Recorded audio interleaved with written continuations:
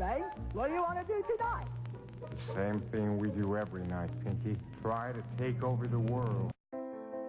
This is Justin from You Are Creators, and I really wanted to share this story with you. This is one of the most amazingly detailed near-death experiences that I have ever read, and I have read thousands. Greg S. had a near-death experience after a hang gliding accident near the mountains. His true account carries a variety of topics such as manifestation, the law of attraction, the power of thoughts, soulmates, and so much more.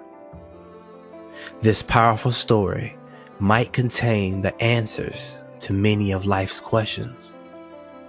Special thanks to nderf.org for their wonderful collection of stories. You can find a link to their website in the description. I have decided to let Steve White, the greatest narrator in the world, narrate this magnificent account. Here it goes. The morning was rolling by without any major mishaps, but the thermals, or winds, were getting closer, and the air was becoming more and more turbulent. Dennis and I had taken a couple more halfway decent flights that lasted a couple minutes each. We traveled up the mountain much easier for these things. I drove us up in my car to about 3/4 of the way up for the second flight, and Dennis drove us up to about the same point for the third. It was about 11 o'clock by this time, and the mountain was covered with flyers and four-wheel drive vehicles to ride up on. When we'd fly down from one run to the top, we would break down our wings and catch another ride up as quickly as possible. At noon, the thermals were upon us, and they were very strong. Dennis and I were the only ones set up on top this time, and we were watching the thermals walk through. They were coming right at the mountain's northeast face, and were moving right on and over us. The air was shifting in a constant pattern. First, there was the mellow breeze that had been blowing all morning, and then suddenly there would be a calm, a lull in the air that was immediately followed by a huge gust of upward-moving wind. One pilot earlier didn't have the nose of his kite held down when one of these gusts came through, and it picked up his wing and hurled it across the flats on the mountain's top, breaking it badly in several places.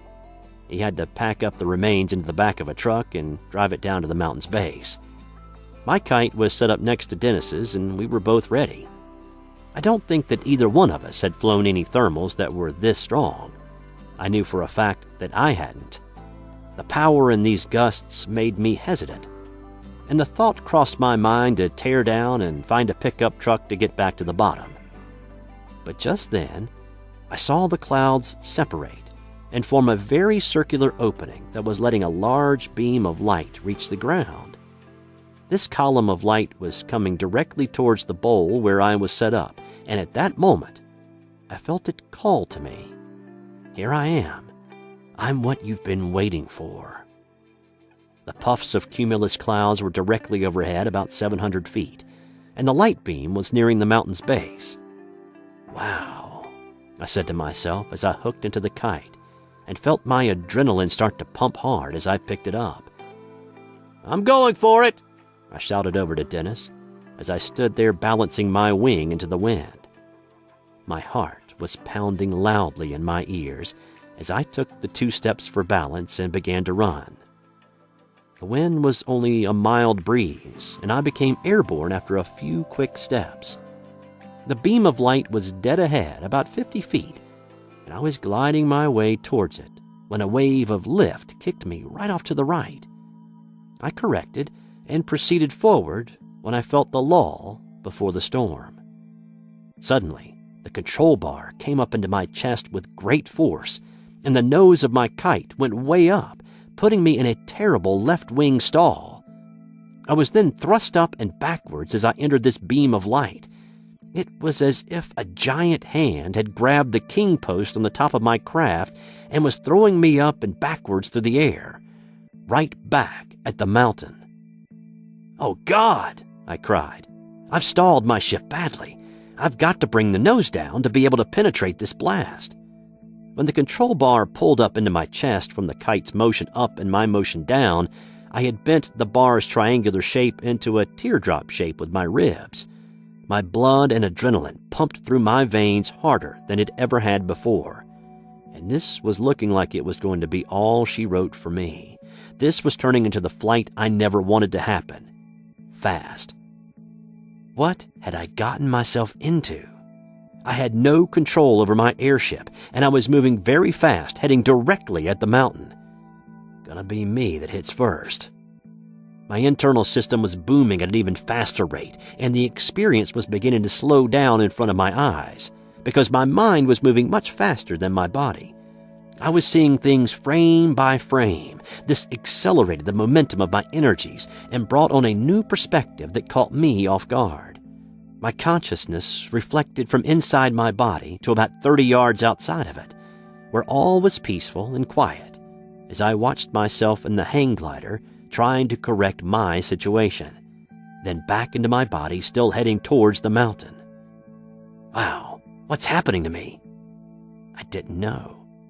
It felt as if I had rushed myself with adrenaline too hard and had pushed myself out of my body.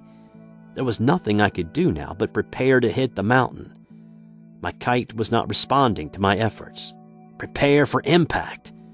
I put my legs down and raised my head in hopes that it wouldn't hit the ground first. Then, ba-boom! It was the most incredibly explosive sound and feeling initiated my ears and body. I felt my left leg explode and tear away at mid-shin, along with my right leg completely break apart at mid-thigh, bones separated and jamming down, while my back snapped in 2 places. Thunderous sounds of disaster filled my life as I implanted myself into the rock and dirt of Green Mountain. Lying there a mere 20 feet or so from the mountain's top, I was motionless from impact and injury. My mind faded in and out of consciousness, and the reality of what had just happened was strongly upon me. As I looked through the mesh of wires, broken tubing, torn Dacron, and blood, I saw Dennis, and he only had to look at me once, and ran to the ridge's edge, waving his arms and hands frantically to the people below to get an ambulance. Quick. I had crashed very close to where Dennis was set up. In fact, the thermal had nearly tossed me into him and his kite. Just a few feet higher, and it would have blown me clear over the mountain. Rats, I said as I looked up to my busted kite. I broke my wings. I somewhat chuckled about it. One of my gloves fell off, and I couldn't even move to pick it up. And then my body passed out. I passed out of my body. Disincarnate. Then, there I was again, outside of my body, and didn't feel anything pulling me back this time. The transition was immediate. Everything became electric, like transforming from analog to digital and bursting with incredible intensities of light, colors, and feelings of joyous reunion. All was alive and highly conscious. It was as if I had just woken from a very long, uncomfortable dream. I felt very strong, very complete, and much more conscious than I had ever felt before. The first sound I heard was this chorus, this multitude of sounds welcoming me home. Everything in front, through, and around me was now made of energy. Every individual thing appeared to contain its own sound, colors, and tempo, and vibrated at different frequencies. All of these sounds mixed together into a symphony of song. The colors were of hues I was not familiar with. The intensity of the energies that abounded everywhere were immaculate and extremely powerful. I looked at myself to see what I was now, and saw that I had retained my human form. But it too was composed of energy, sounds, colors, and tempo, and was luminous like everything else. I breathed its element and was its substance. There is a song already being sung, and we are all individual notes within this limitless ballad of the universe. I felt much more alive than I had ever felt before. I had never been this conscious of my senses and being. Oddly enough, this new essence was starting to look familiar to me. Greetings. The sky lingered as I floated above the crash scene. My mind was amazed and astounded at this new perspective of everything I could see and feel. I had never felt this good before. No fear, no pain, no underlying negative emotions. It was a glorious state of being I was now confronting. Humbled by the pure magnificence of the sight before me, and in an ecstasy to still be alive and secure from the loving embrace this plane held me in, I felt something pulling me upwards, away from the mountain, and into the clouds, to the outskirts of our atmosphere and into outer space. There, it stopped. I wasn't far outside of the earth, but I could see all of it. I said my goodbye and thanked her for all she had shown me, be it good or bad, and my family who'd helped and loved me all my life. All had been indeed a wonderful learning experience.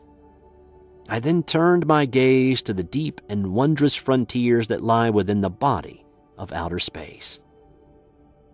I noticed waves of colored enlightening bands of energy were being dispersed at regular intervals from what sounded like a huge universal heartbeat. May have been the Milky Way's heart. Their source was unknown to me, and they were joyous to pass through, bringing impulses of rebirth and new age. Element 1. Distant calls of happiness spoke like old friends. This immense space, where all is suspended, has body to it, substance like that of a fluid, like a gigantic ocean carrying everything with it faster than the motion of a raging river. Never before on Earth had I seen the stars and planets look like this. I found I could move on my own by merely wanting to. I found I could also move as fast as I could think. The universe is so big. It took some time to get anywhere, but soon, stars and planets were moving to and past me. I saw a planet to my left that had no glow or other characteristics the others had, so I slowed my speed to take a better look at this one. Far off behind it, I noticed a large round life form rocketing through space much faster than I had traveled and was heading directly at this void planet. With a burst of light and sound, the life force entered this planet and remained there. The planet now glowed and had its own colors, sounds, and tempo, and was greeting its surroundings. I felt its greetings touch me, and I was a long way away. What had I just witnessed? Then it came to me. Had I just seen the spiritual birth of a planet? Do planets and stars have the same correlation to each other as humans do? I could see that they also contain the two sexes, male and female. The one I had just seen its birth was male. My aura grew a little when I understood this. I felt that much stronger. Now, I wanted to see what effect this would have on how fast I could go. Faster, faster, faster I went until an orange-red planet moved right into my line of fire. Curious, I thought. I hadn't deliberately changed my course or even felt that I had tried to do so. Something else must have. I greeted it, knowing now it was a life force of a much grander scale, and waited for its reply as I began decelerating in my approach to it. "Welcome," it called back to me. I smiled in spirit and dove into its outer celestial body. The energies of this planet were strong and joyful, and it did have a very thin orange atmosphere that held a few beautifully strange white cloud formations. The topography of its surface was barren, but it did show signs of rivers in its past, though they were presently dry etches in its soil. I felt a communication coming to me, and it was coming from the surface of this planet. I searched the grounds and saw 2 human life forms waving up to me. I was very surprised that I could even see them, because I was still quite high in the atmosphere, When I focused on them, a very telescopic sensation happened. I gladly descended, and the closer I came, the more I could see that these two beings, male in gender, were far, far ahead and beyond me in their evolution. Wisdom and knowledge shined powerfully around each of them, and the beauty and perfection in their forms was incredible to behold. Again, I felt like an infant, but there was something about these two that looked surprisingly familiar. I wasn't sure why. I wanted to bow down at their feet on my hands and knees when I came along next to them, but they wouldn't let me. So I stood, hovering in front of them, and was very honored that they were communicating with me. The being on my right spoke to me first. He told me that, in one span of time, the two of us had incarnated into two of your offspring back on Earth, and were once your sons. My energies started to crackle when I heard this. So this is why they looked familiar. They both smiled with my new enlightenment of who they were. I looked deeply at them. They must have been 1,000 light years ahead of me.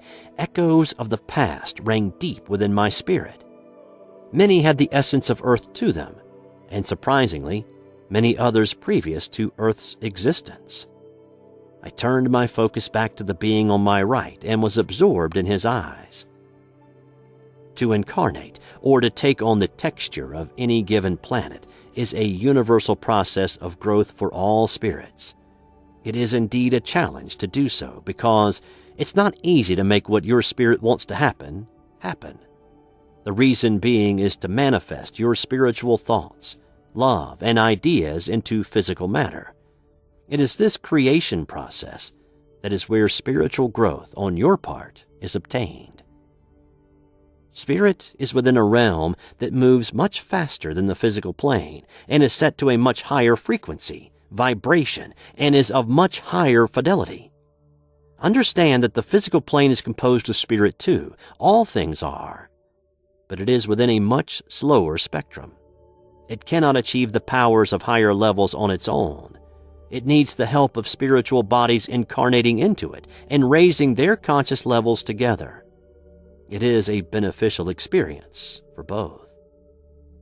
Merging your higher plane of self, your eternal self, with this lower plane of being is totally up to you. You will experience, and have experienced with this merger, things you must overcome, because these things will get in your way as you try to ascend. Things like pain, fear, greed, grief, anger, lust, and other negative charges from past and present lifetimes are obstacles all of us must overcome to get beyond them. The more of these negative charges you conquer, the less you have to carry with you into other lives. The positive charges you create will nurture and lift you towards higher realms of strength, and manifestations become easier for you wherever you may be. The opportunities with incarnations are immense. Once your spiritual consciousness is stronger than your physical mind and brain functions, new worlds are waiting and will open for you to explore. This is true for everyone. I was listening with every inch of myself as he communicated. Making your spiritual thoughts and love manifest through the physical plane is quite a dynamic exercise. But that is what incarnations are all about. Spiritual exercise. All things are interconnected. How thoughts manifest into physical reality. While you are transcending your spiritual plane, you are also transcending your physical plane of being too. The spiritual and physical planes need each other and work together in the positive ascension of both, and this affects everything in the entire mass of eternity. You see, whatever you do will have an immediate effect on your surrounding spiritual tissues and on beings close to you, and will eventually have affected all things everywhere. Like dropping a stone into a pond, the ripples will travel the entire length and width, from edge to edge and from end to end. If you are creating positive energy, defined as love, you are helping the God factor creation in completing a universal circuit. powerful energy flow to and through you, and everything will grow a bit more in a positive, loving strength. If you are creating negative charges, you are hindering yourself and the progress of all things by creating a short in the circuitry of universal flow. Every thought you think is a thing you have created, and it is alive. You are continuously thinking, and your thoughts are released into the cosmos. If you are not aware of the charges you release with your thoughts, you do not know what charges you are attracting into your life. The universe contains every energy charge imaginable and will return the charges you release back to you. It is a process similar to breathing. What you release is what you attract. Be aware that you have magnitudes and polarities within your makeup. These properties strongly influence your life and what may happen to you. Magnitudes correlate with your interests and your reasons to be, and fluctuate as you change your mind. They deal with your inner drives and concentration abilities. Your polarities govern your spiritual balance. It is extremely important for all things to be conscious of their spirit, its abilities, and its properties. After all, it is everything's reason to be. Its root composition is love. Its reason is to create and grow with the knowledge and strength that love contains. With it, an infinite amount of doors can be opened and vaster horizons conceived. Love is the charge to reach higher realms of being with. Without it, no ascension will take place in your spirit. You alone set your own destiny. Remember, you are the captain of your ship. Everything you do is up to you, and you are responsible for it. If you are not watching or not aware of the coordinates you are plotting into your master controls, who do you have to blame for whatever space, situation, or circumstance you may attract and end up with? You are the one who is responsible for it. Understand that the way to control what may happen to you involves several things. Thinking is a birthright all things have, but not everything uses. Think about what you're doing before you do it. Know that you are a life force and have the powers of being one. These are many-faceted and rooted in the God factor. Monitor the charges you are releasing in your thoughts, reactions, and dreams, because this is the energy you are attracting into your life, destination, and being. This sets your compass and velocity. At any given moment, thoughts are releasing from your being. Therefore, you are emitting the charge of that thought from the inside of you to the outside of you. You have then, consciously or not, made a request to the universe to be replenished with more of that same energy. Can you see how this may affect you and your surroundings? This process is happening everywhere and to everything all the time. It is continuous. Focus on your thoughts. Are they primarily positive or negative? Are you trying to help others? Or are you too concerned about helping yourself? What kind of goals do you have set? Any? If they are spiritual and towards trying to understand the why of all this, paths and experiences to further your understanding, this mystery will unfold before you to help you learn. Understanding concepts and the horizons of creation is the most challenging and the most rewarding research of all. Limitless frontiers await you if this is your pursuit and reason to be. Fine-tune your ideas to love. Make all your decisions from that energy. It's what you feel in your heart. You will see that with love you will proceed and acquire much happiness in your life through your own efforts towards loving energy and thought. The story is simple, really, and the choices are left up to you. To choose the path to higher planes of conscious is a tougher route because there are larger obstacles to overcome, harder transitions to go through, and vaster horizons to conceive and understand. It is not easy, but the strength you will gain with love as your essence will empower you to reach your goals and to climb the next hill that will present itself. This, too, is a continuum. Effort is the key.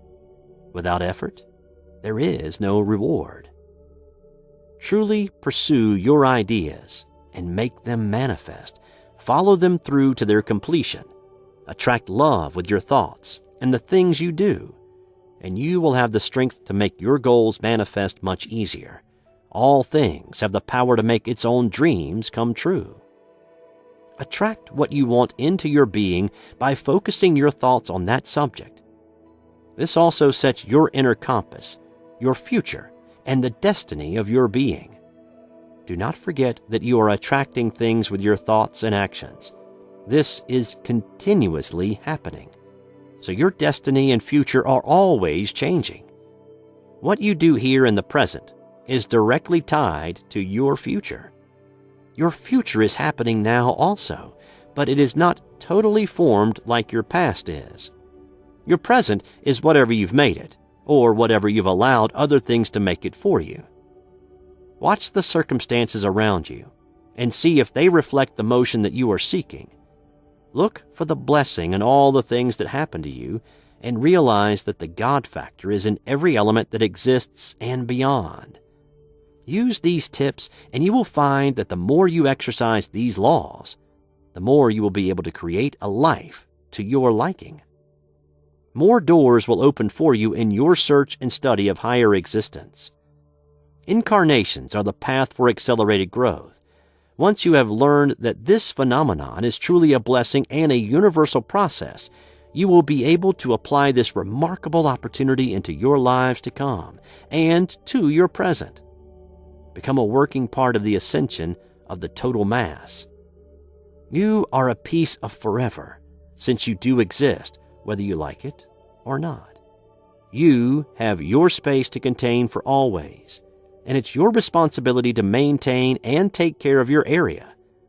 So there is no reason why you shouldn't try to make the best of it, no matter where or who you are. I stood there very silent and let my mind think over what I had just been told. I heard truth in every word he had spoken to me. These communications were beyond telepathy, and I could feel the responsibility over my own being, which I hadn't looked at that way before. I guess that I had believed that there were more external forces controlling situations than internal. But he was right. The deciding factor to whatever my reaction would be to anything that may happen to me is my own final decision. I could see that I am the one responsible for all of my actions and my own fate. I looked at them, and they back at me. I nodded my head to show that I understood, and that it made a lot of sense. I thanked the being on my right for showing me these fundamentals I need to making my own personal dreams come true. I met my soulmate. I saw the being to my left raise his left arm and point to the far horizon. Then he said, "The woman who was your wife and our mother at the time of our incarnation with both of you is there." I looked over to where he was pointing. The sun was setting to my right, and the sky was darkening. And I saw what looked like a meteor with a long tail streaking through the heavens. This meteor turned and was coming directly at me.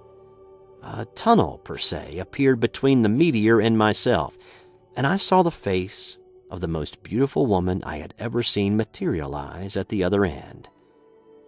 She was calling to me, gently. Her lips were moving as a song slipped out from between them so softly and lovingly that I felt her voice lift me off the ground and pull me towards her through the air. She moved closer to me, still singing colors of love while her body composed itself with the grace of an angel as we came closer to one another. She was beyond anything I had ever dreamed of in a woman. Her eyes were green and mesmerizing, almond-shaped. Her hair was long to her waist and golden in color as it fell down on her hips. She had a figure that was so proportionally perfect and full of womanly beauty that my jaw dropped. I gasped for air, and my heart thundered in my chest while my eyes went wide open. "You are part of me," she said as her fingertips touched mine. I love you, always have, and always will. We are soulmates, direct links, and we have forever to live and love each other. She then pulled close to me and whispered in my ear, I've missed you. Our motion through the atmosphere hadn't stopped, and we were now outside of this planet's ether and were once again in outer space. She backed away from me about 20 feet and stood there shining with waves of pinks, yellows, lavenders, and light blues. Look at the colors in my being and compare them with the colors in yours. I looked at myself to see what she meant. My colors contained purples, oranges, turquoises, and reds. See how they complement each other? She said with her eyes. I nodded my head. Our colors of being are like secondary values, and this means we need each other to form our primary color of being. She winked. I am the other half of you, and you are the other half of me. We were created as halves to the same circle. We are truly large parts of one another. All beings have their mates, but we complement all of each other's three fundamental qualities of being. Listen to the sounds of our beings. Hear the harmonies they make when standing apart. That's beautiful, I said to her. I love the song we are singing to each other, purely from our essence. She smiled. It doesn't matter how far apart we are from one another. Our beings will still be singing to and for each other wherever we are. Watch what happens when our bodies join together. I was hoping she'd say that. She moved very close to me and met me with a kiss. My mind began to float, and I felt myself moving into her entirely. The sounds of our two beings merged, creating harmonies that echoed through the stars and space around us. I've waited so long for us to join again. Now the time has come. Feel our life forces are becoming one. We have merged. Totally, from head to foot, with hearts directly next to each other, pumping life tandem to us as one entity. We shuddered and gasped as our tempos became accelerating syncopated beats, climbing, soaring, and bursting with the intensity of thunder. Waves of love rebounded and pulsated from our beings as we bathed in each other's energies. Our auras and bodies had formed into one united ball of white light. We had reached our primary color of being together. We slowly moved apart from one another, and I asked her, how long has it been since we've seen each other face to face? She smiled. Many lifetimes. Are you beginning to remember me? Yes. Are you the woman who comes to me in my dreams? You must be the woman I've searched for all of my life, or lives, and now I find you way out here. She grasped my hands tenderly. I am happy to hear that, but it comes as no surprise to me. I am inside of your heart, and you are inside of mine. You will understand soon that there is no escaping it. We really are pieces of one another. I see. Then I would guess that everybody has a direct soulmate like you and me. My mind contemplated the concept and flashed back to Earth, thinking of all the time I may have spent on her, and what era did this family live together in. I flashed back to where I was, and it was hard to believe. I actually was where I was. Yes. Everybody and everything has one who is directly connected, and many who parallel very closely, and others who become less and less complementary until the only thing tying them together is creation itself. As for direct soulmates, like you and I, all spirits are paired in twos. There are only two sexes. Both are halves of the same circuit, similar to electricity, which everything relatively is, and both are halves of the same circle of love they create when together. Many try to join their halves of the love circle that do not fit well together. What is inevitable is that the two halves will pull themselves apart eventually, or short-circuit each other away from one another. Sometimes opposing halves join together for karmic reasons, but usually their time together is short-lived. If needed, this is resolved. They will separate and continue to search for one that fits better. When two halves join, a circle is created. What happens when you join the two love halves together is that the energy within the circle you created begins to spin inside of itself, feeding and being fed. If the halves don't fit, or if one half likes being fed and does not feed the other, the love circle becomes unbalanced and will come apart. Love balance is important within yourself and with all the beings that you share love with. Love is a giving and a receiving kind of life substance. It is the key to the immense reservoir of loving strength that is within the root essence of the universe. Its powers are limitless if held pure and honest, and should never be abused. She told me as the picture she painted in my mind gave me a new understanding of some principles that define the responsibility involved in any love relationship. I have loved and lost many times, from my own ignorance and stupidity. My soulmate now pulled my hands up in front of my chest, my palms towards her, and my fingers outstretched. She did the same thing with hers towards me and brought her fingertips to my fingertips, palm to palm, fingers to fingers. Our energies began to build, and the motion flowed through our hands and circulated round about through our chests and arms. The giving and receiving was truly a mental and spiritual exercise. I could feel the circle she had just spoken about, and I could see the effort involved with both parties to keep the love energies moving and flowing smoothly to one another. We have two polarities within each of our beings, juice and ground, or north and south, and they rotate in a circular motion around our auras. We need both changes to create our inner flow, our inner motion, our drive and motivation. It is the same thing that keeps planets spinning, suns and solar systems revolving. These two forces together create a third force in the magnetic spectrum, which supplies the gravity within you, and the gravity within all beings, like house ground. With juice and ground, I am talking about our inner forces, though some beings using the grounding charge in a bad way and have created monsters with it. That is not what it is for. It is merely an opposing charge to create push and spin the powers of electrical properties within our beings. If you haven't noticed, everything in outer space is spinning, creating strong motions, powerful vortices, and controlled orbits. It is the same with inner space.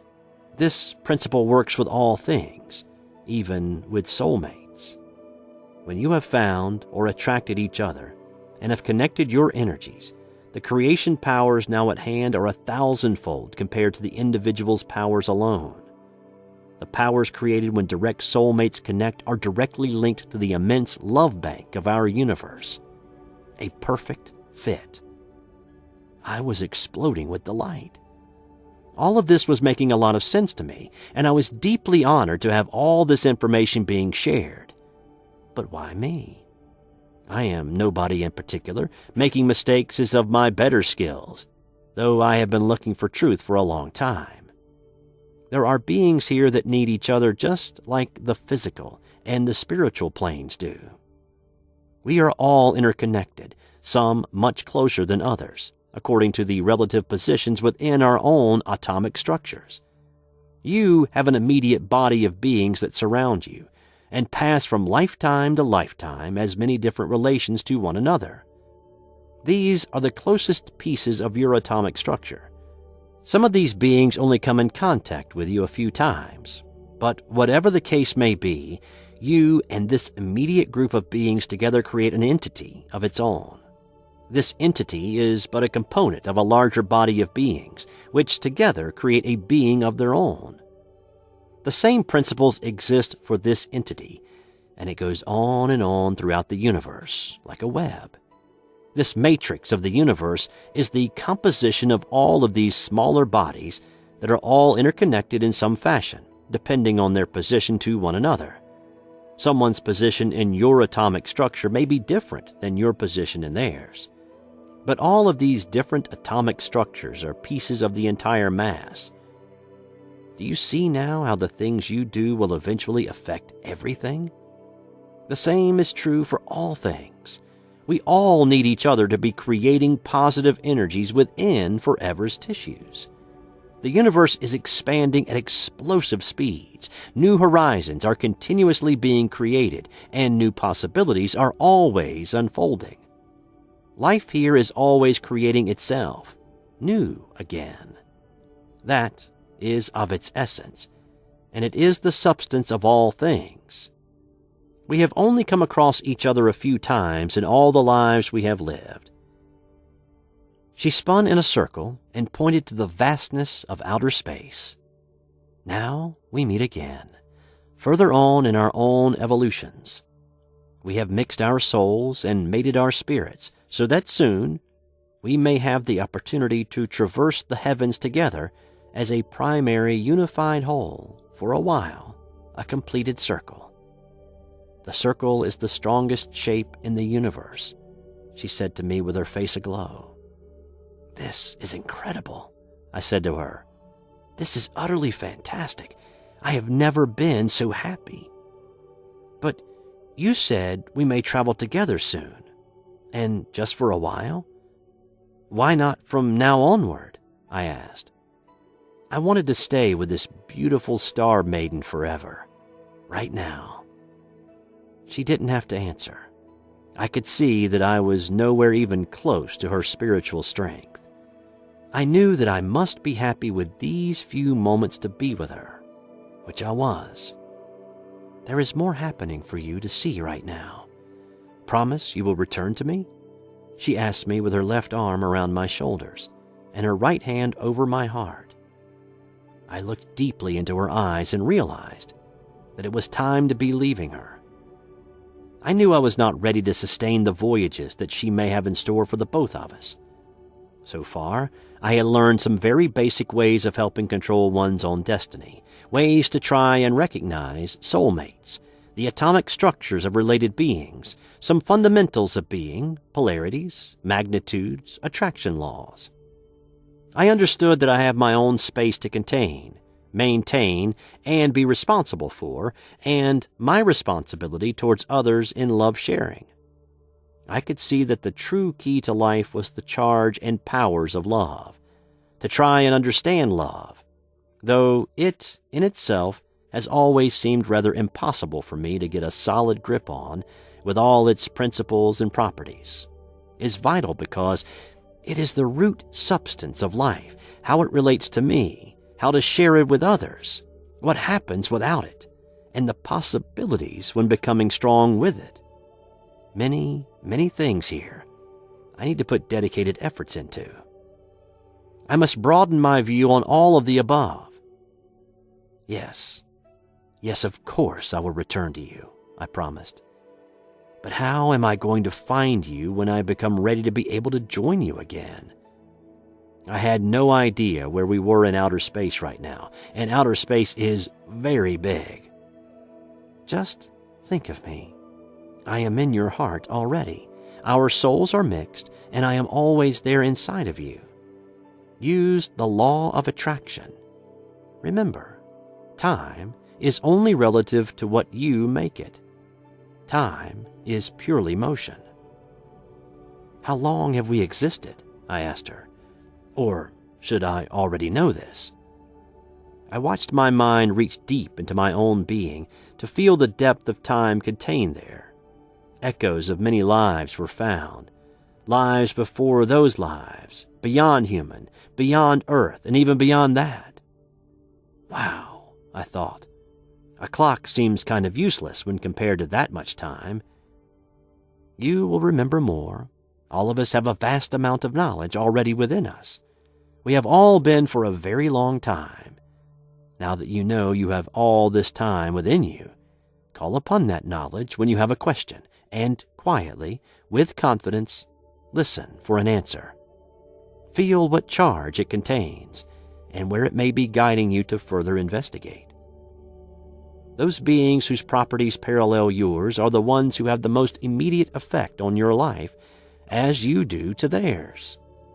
We all need each other, and we all need to love one another as well. Please accept and use this loving energy that is being shared with you, and continue to grow with this plane of existence. For you need it, as all things do, and it needs you and all things also. Recognize that everything is important, no matter what it is. We all hold the same status to one another, no matter who or what you are. We respect all, because if you exist, you have a space to contain and are as important as anything else in the universe. Beings, you are a piece of it, another cell within the body of the entire mass of forever. We are all creations, life forces, and entities of the God factor. She pulled me close and kissed me once again and smiled. You really are beginning to remember me. I was feeling much more at one with all things now. Looking deeply at her, I said, I thank you and the God factor for your existence. I knew I would never forget her. Where are we to Earth? I asked. I had once called this planet Orion. You had known it as Mars. Wow, of course. I recognized it now.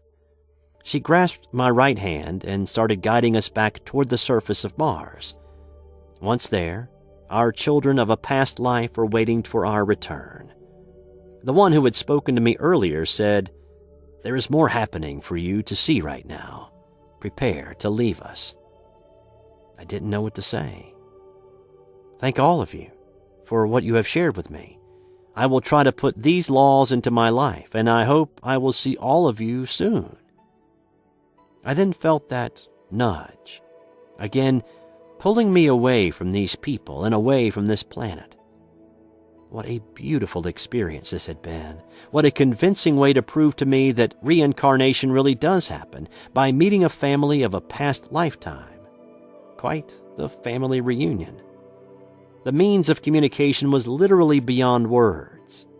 I could truly see, smell, taste, feel, and be what anything was sending me. What a great way to talk. I could be their thought to see what they were saying. Amazing. I don't think Webster's has a word to describe this communication process yet. I stopped outside of this planet and thought about what they had just shown me, and at the same time kept my eyes open for whatever it was to happen next. As I turned away from Mars and surveyed the all-around Vista, I noticed a large, shiny oval-shaped object moving towards me. It sent greetings. I'm here to show you more. I gladly let this transparent object of a being beam me aboard. Once inside, we took off with a flash of light. This vessel was very much alive and could move at an incredible rate of speed. A subtle roar surrounded us as stars and planets swept by. Then multitudes of solar systems streaked past us. The star clusters ahead of us were becoming more and more densely populated, and the energies in the space around us was getting much more intense and brighter. Where are we going? I asked the transport, as we zoomed through energy that was getting so powerful I thought we might turn into vapor. Well, we already were of sorts. To within the center of the Milky Way. We are almost there, it told me. I looked ahead and saw a planet moving right into our path. I knew then this is where we were going. The vessel began to decelerate and pulled into an orbit of this planet that looked strikingly similar to Earth. Wow, what a beautiful planet, I exclaimed. She is so fertile and singing with such happiness. Please, let me go down to see her more closely, I asked. The vessel slowly descended. I looked at her topography with delight. Her sky and oceans were bluer than blue. Her cloud formations were whiter than white. All around her land masses, she was covered with vegetation of many colors, shapes, and species. But I saw no signs of mankind or any familiar shorelines. This planet looked like a giant, richly flourishing garden. Perhaps Eden looked like this. Yes, I thought to myself, I will call you Eden. Everything I could see since I had left my body on Earth was extremely aware of this cosmic source, and we're all celebrating this awareness with happiness, honor, and joy. It was the same here.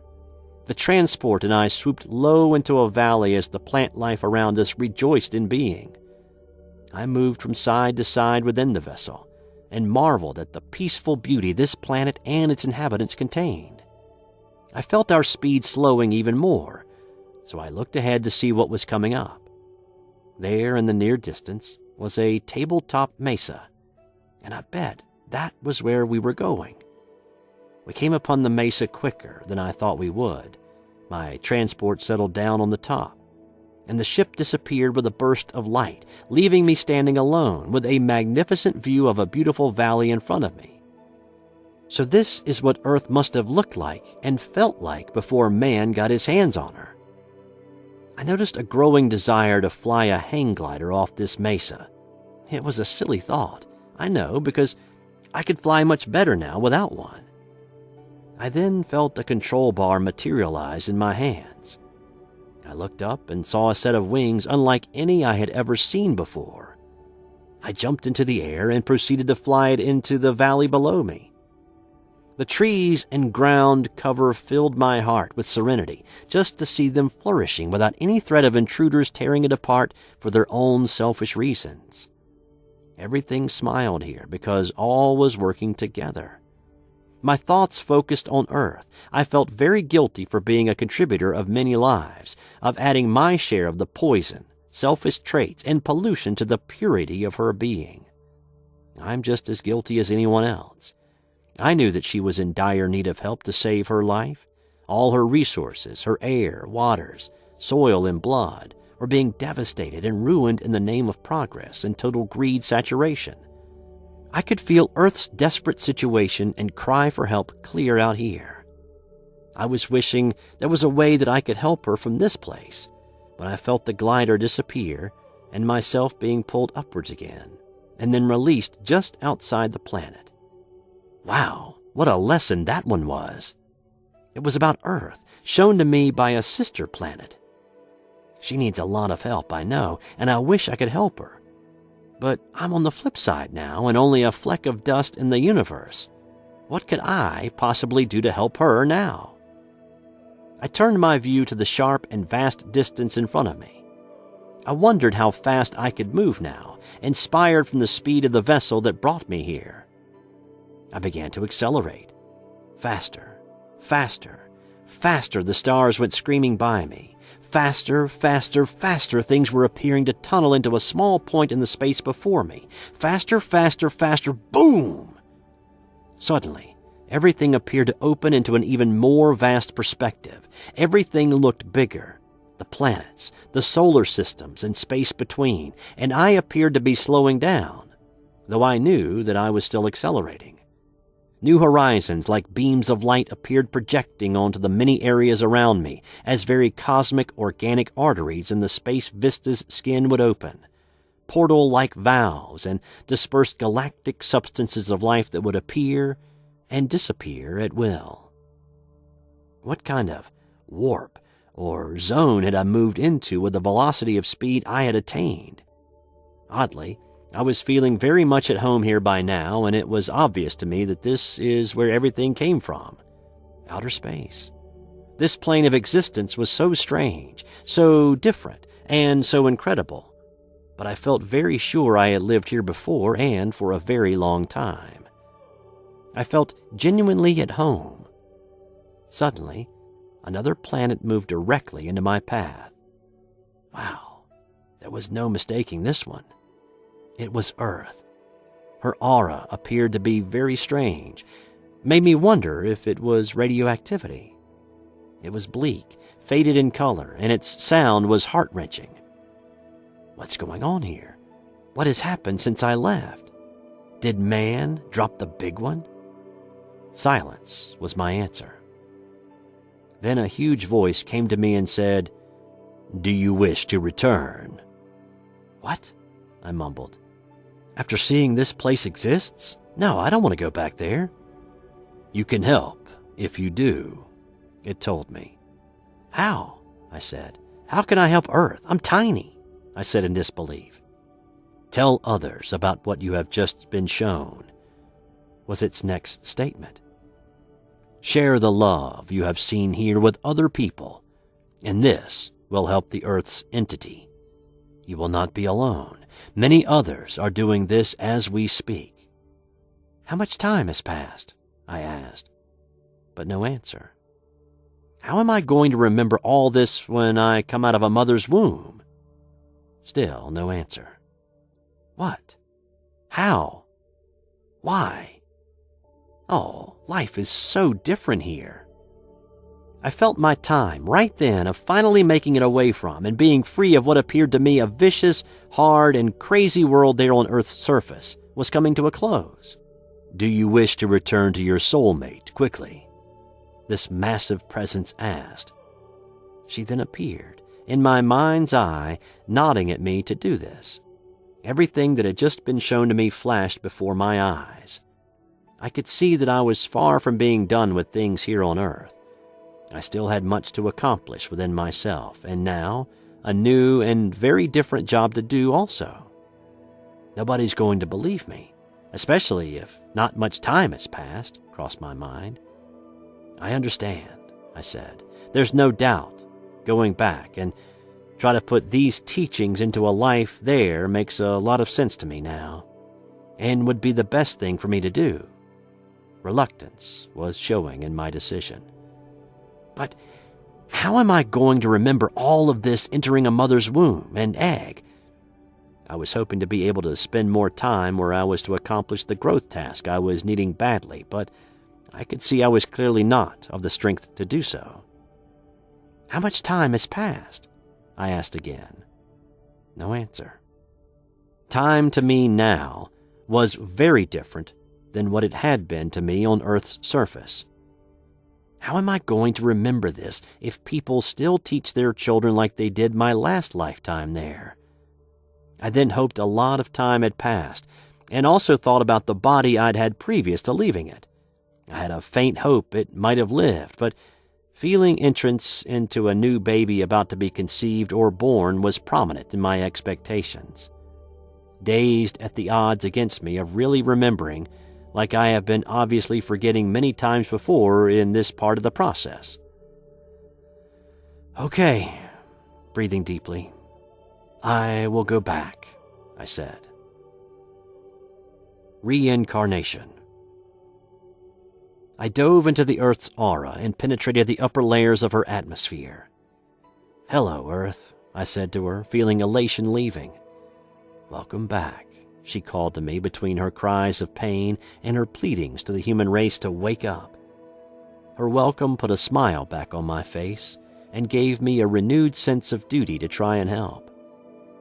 "Why don't you stop mankind?" I asked her. "You definitely have the power to bring your suffering to an end by destroying your ailment completely." "No," she said. "If I must give my life to teach all of you a lesson to never do again, I would let it be so." But I still felt uncomfortable with the fact of probably losing all that I had just learned through the birthing process. As I moved lower towards the topography, seeing familiar terrain and pondering what was yet to happen in this scenario, I felt a shadow of the future and saw a large, dark cloud engulfing the Earth in 20 or more years from now. I couldn't see clearly what it was, but it felt very powerful and very evil indeed.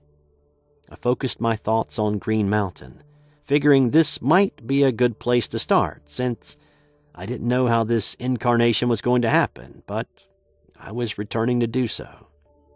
Soon, there it stood, Green Mountain in all its majesty. What a sight this was for me. I had attracted myself to it, and it worked. But nobody was there. What do I do now? I really didn't know. Again, that now familiar nudge took hold of me and began carrying me along.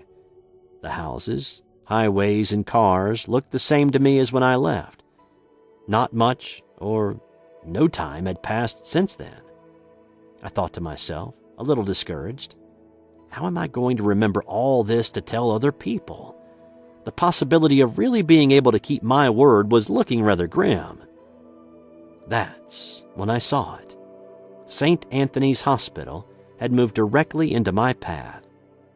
Here it comes, I thought. Here it is. How much time has passed? I cried out as I floated over the parking lot. 6 days, the voice said to me, and that was all. Over to the hospital's east and south-facing wing it carried me. I was preparing myself for the transition into a mother's womb. Up to the 3rd floor from the outside I was guided. Here we go, I shuddered. In through the window I went, and it left me standing behind the headrails of a hospital bed in this very sterile hospital room. 2 doctors at the foot of the bed were asking questions to a patient inside of it.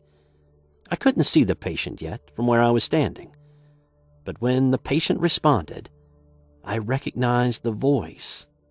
It was me. I rushed to the side of the bed to see my body. It had survived. But the sight I beheld was ghastly. I had busted it up very badly. It didn't even look like me for the most part. It was extremely puffed up and swollen. Purple, black, and blue, both legs outrageously broken. But I was still very glad to see it. How do I get you back? How do I reclaim you?